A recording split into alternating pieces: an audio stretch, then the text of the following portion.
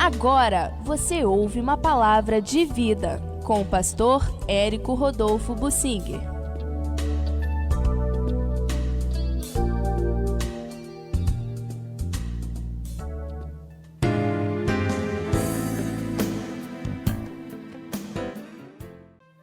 Deus foi extremamente rigoroso para com Israel, mas tolerante para com a prostituta Raabe.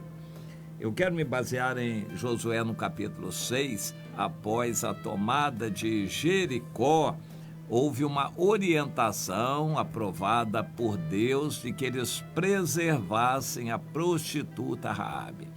Interessante que ela não passou a ser chamada só de Raabe, continuou sendo chamada de prostituta Raabe. No entanto, ela passou a ser importantíssima em Israel. Para começar, ela salvou sua família toda.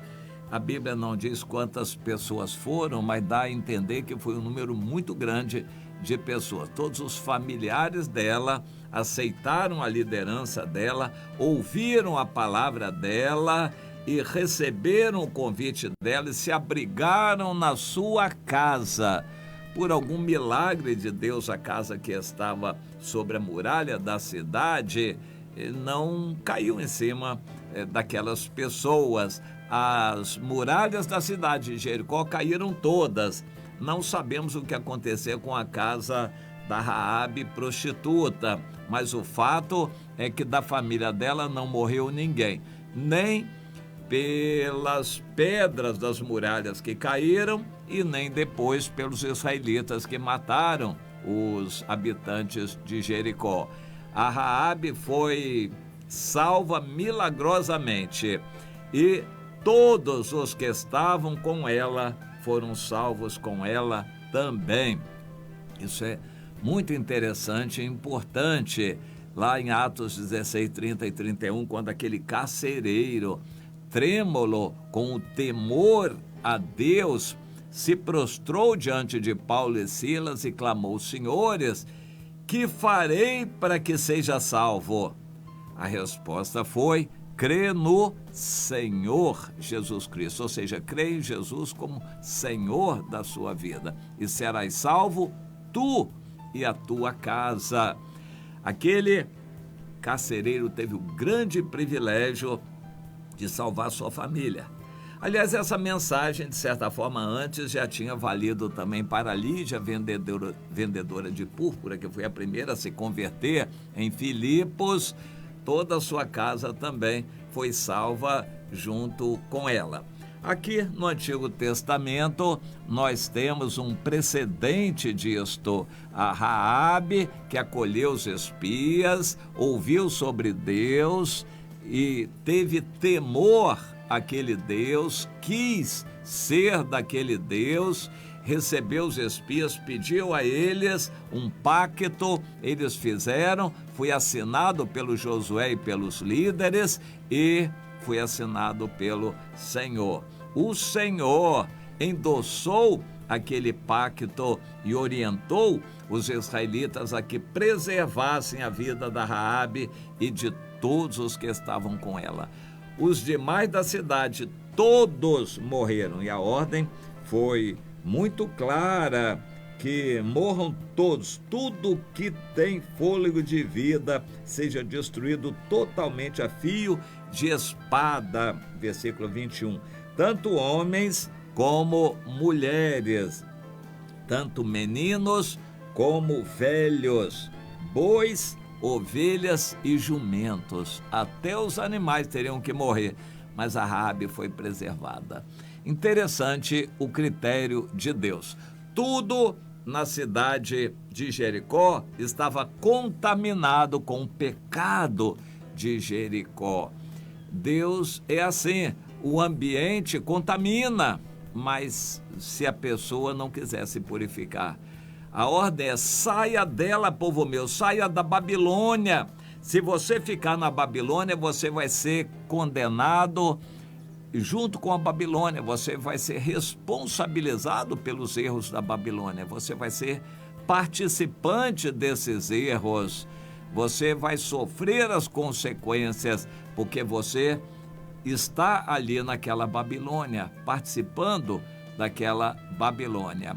Os que estavam em Jericó, todos participaram dos pecados de Jericó e das consequências dos pecados, ou seja, do juízo de Deus, e todos foram mortos, inclusive seus animais, cavalos, jumentos, bois e ovelhas. Deus mandou matar tudo que tinha fôlego, mas preservou a Raabe, a prostituta, com todos que estavam com ela.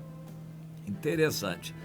Os demais habitantes todos foram mortos. Uma prostituta foi salva. Depois, ela se casou com o Salmão, segundo a genealogia da Bíblia, inclusive de Jesus, e ela acabou sendo ancestral do Boaz. Lembra do Boaz da Ruth, que foi o bisavô de Davi? Então, a prostituta Raabe foi uma ancestral de Davi e de Jesus. Ela esteve na linha genealógica de Davi e de Jesus. Que privilégio Deus deu para uma prostituta.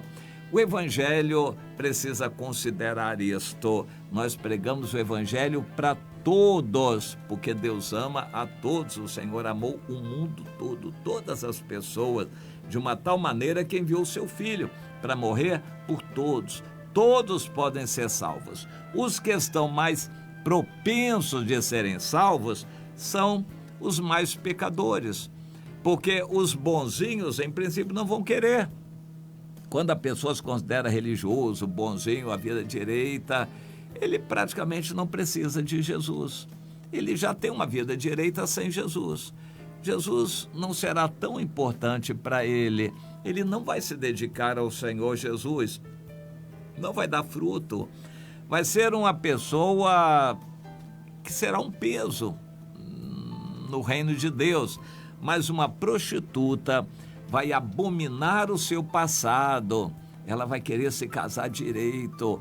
Ela vai negar o pecado passado. Ela vai crucificar o seu eu quando ela se batizar. Ela vai querer viver uma vida totalmente nova para o Senhor.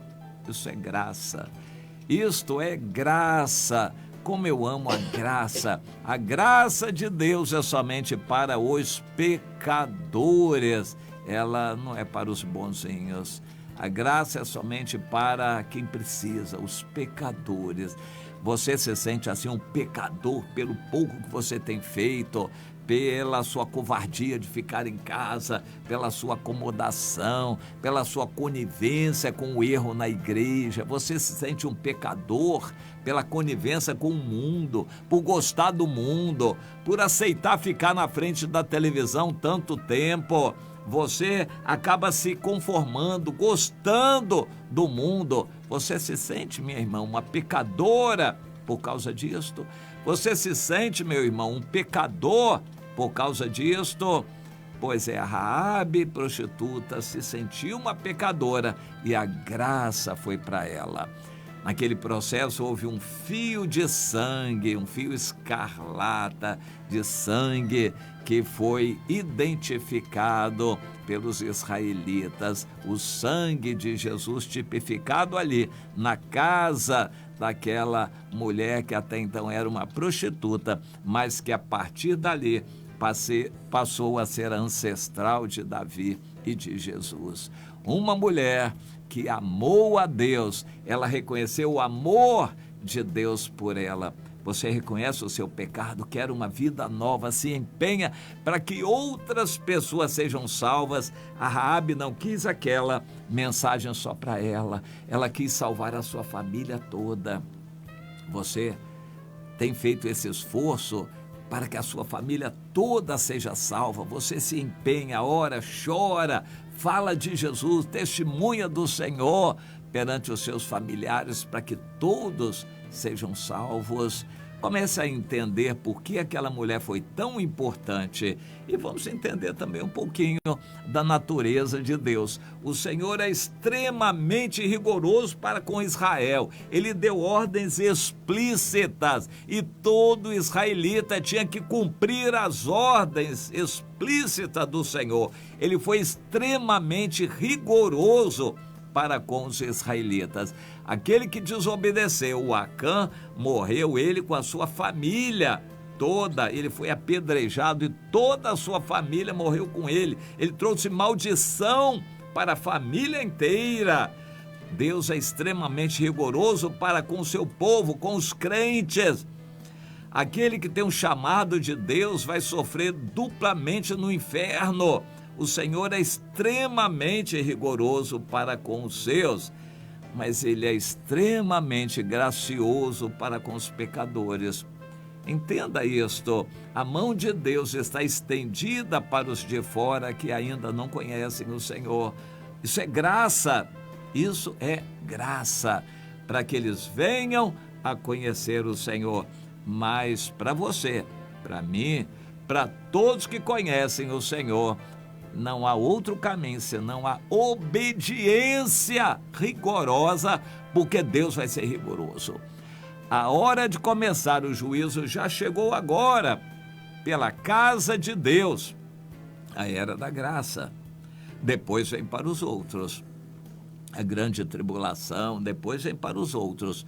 Na segunda vinda de Cristo, agora o juízo começa pela casa de Deus para com os crentes que não são obedientes. Você sabe quem é o seu líder, atende, obedece a ele, pega a palavra com ele, você tem se esforçado em obedecer ao Senhor e cumprir as ordens do Senhor. Ele é extremamente rigoroso para com os que são dele.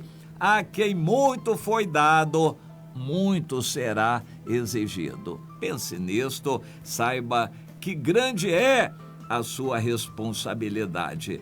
Deus vai continuar sendo extremamente tolerante para com as prostitutas da vida, para com as Raabes que estão por aí no mundo, mas Ele vai ser extremamente rigoroso para com você e para com todos os que conhecem a palavra dele. A quem muito foi dado, muito será exigido. Pode saber que de você muito vai ser exigido. Se você não cumprir rigorosamente as ordens do Senhor, Ele não vai ser Senhor na sua vida e você não vai ter salvação. Isso é sério para com os que são do Senhor, para você também.